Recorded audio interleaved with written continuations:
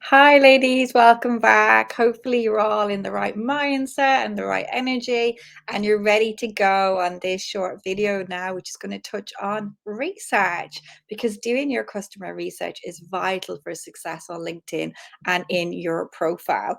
By now, you'll understand that LinkedIn is an amazing communication tool for you to lean into that can help you and create opportunities for you. In fact, the mission of LinkedIn themselves say that they want to help the world's professionals to be more productive and successful. So, why wouldn't you want to lean into that? Okay, so when it comes to research, this is one of the areas that a lot of people fall down on LinkedIn. They come on and they haven't done the adequate research in relation to their ideal client and their keywords, and they're not consequently being found in search. So, I've already touched on the fact that LinkedIn works like a website, and you've got the front end and the back end. And you've got words on your profile and you've got branding. So, in this short video, we're going to be touching on the words. And in the next video, we're going to be touching on the branding when we chat about those initial first impressions. So, back to the words. So, it's all about SEO, search engine optimization, and having those keywords in your profile. So, where do you need to have them? Well, the answer is throughout the whole profile, from the top to the bottom.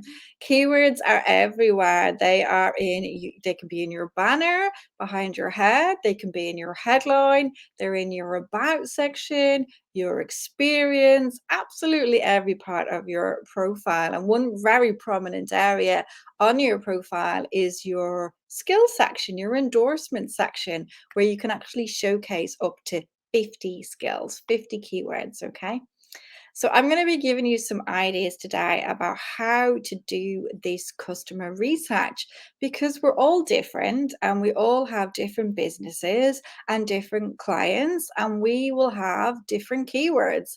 Some of us, of course, listening may have an overlap. And I would urge you all to, of course, look at my profile for inspiration and look at my skill section. That will help a lot of you, I know. Okay, so how can you do your customer research? Well, there are lots of different ways. The first way I would suggest is to send a survey to your existing clients. And you can do this with a platform like SurveyMonkey or Typeform.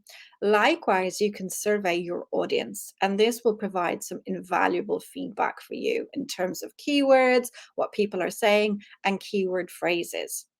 When it comes to LinkedIn itself, LinkedIn has the polling feature now, and that's a great way for you to do research. For example, one poll could be I could do one and say, when you think of me, what do you think of? LinkedIn trainer, LinkedIn consultant, LinkedIn coach?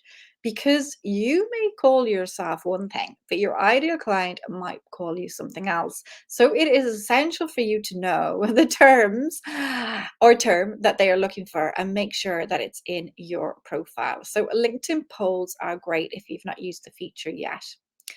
Other sites you can check for inspiration are sites like Quora or Answer the Public and see what people are saying about your industry, okay? And kind of taking it on, moving it on after you've done that initial bit of research.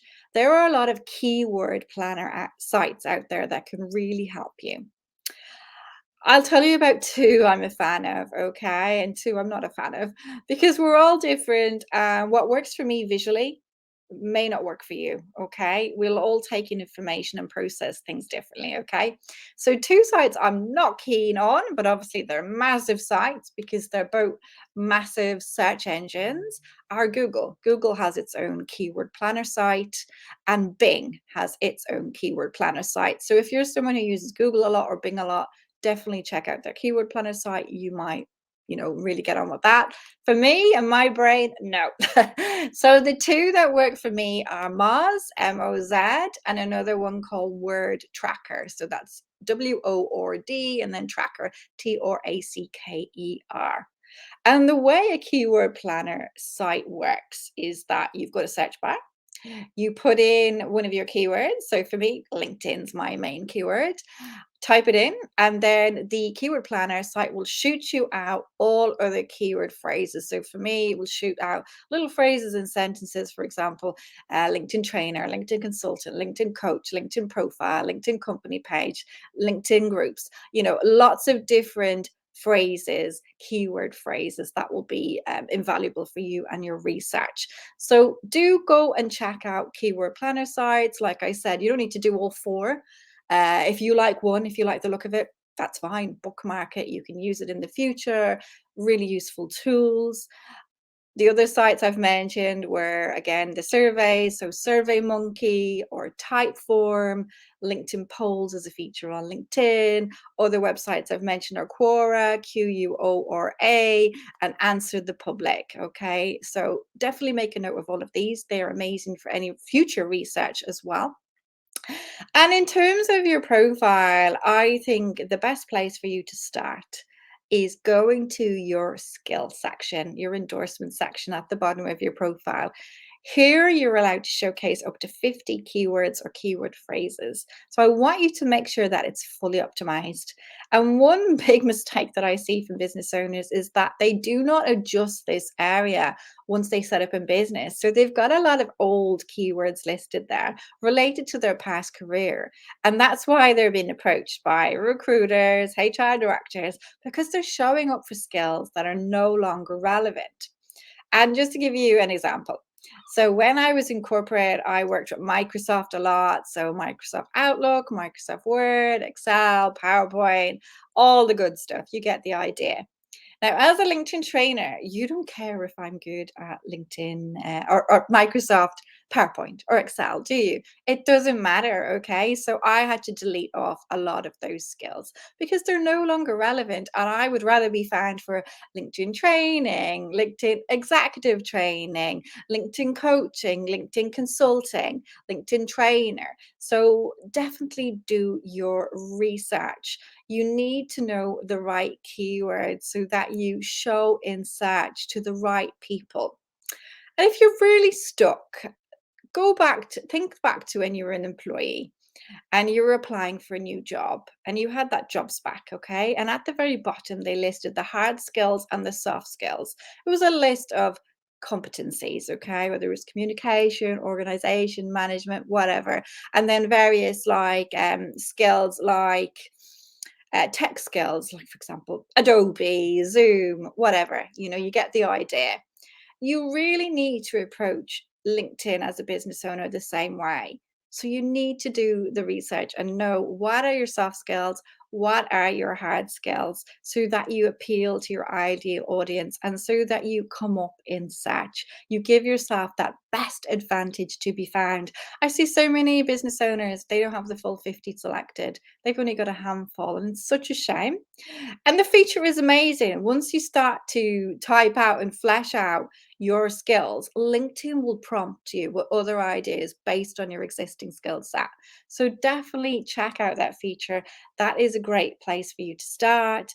Do your research. It is super important. Nobody else can do this research for you unless you want to outsource it to a company. Okay. So obviously, I could help you if you came to me as a one-to-one client, but I would need to dig deep. And to do that, I would send you a very detailed onboarding form so I can pull this out of you. So if you're listening here today and you're still a bit stuck and you're thinking, I'll never get it, don't worry, I'm here. Reach out to me on a one-to-one basis and I can help you. But if you're somebody who wants to get on with it themselves, who wants to take action, and regularly surveying your customers is a smart thing to do. Okay, it will give you the edge over your competitors. A survey will provide you with all the gold you need. Okay, I did one about 2 years ago.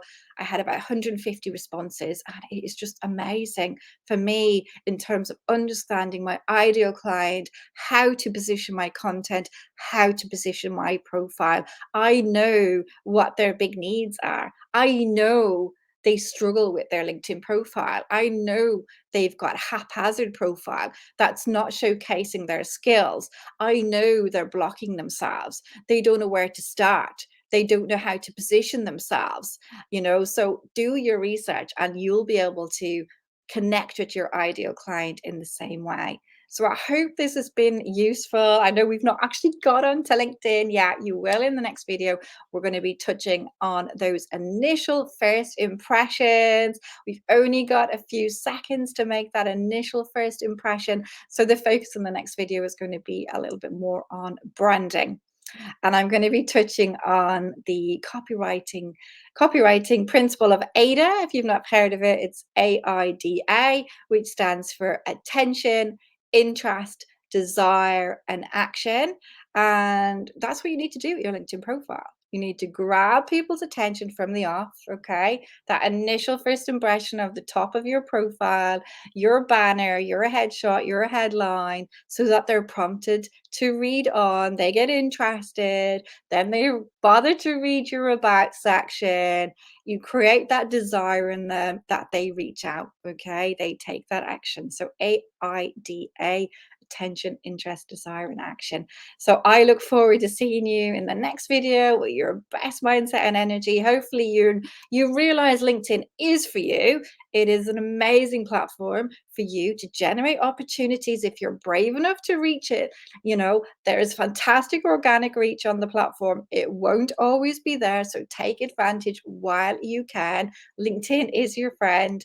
You're going to have the right energy as well. You're going to understand yourself, your personal values, your business values, your why. You're going to be fully connected to it.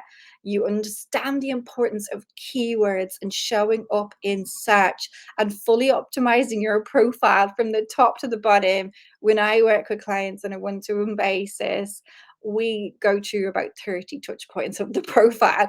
So it's really optimizing all your sections and being mindful of the words that you have in there. If you've got words related to your past career, old skills, delete them off. You don't need them anymore. They're not doing you any set like favor. Okay, so definitely review your profile. Start off with that endorsement skills section and make sure that the 3 pinned skills that you have at the very top are relevant.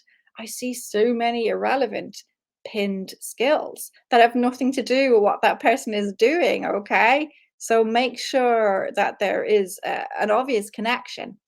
So I digress, but tomorrow I'll go in more into this in that first impression. Thank you for listening, and I look forward to seeing you in the next one. Take care.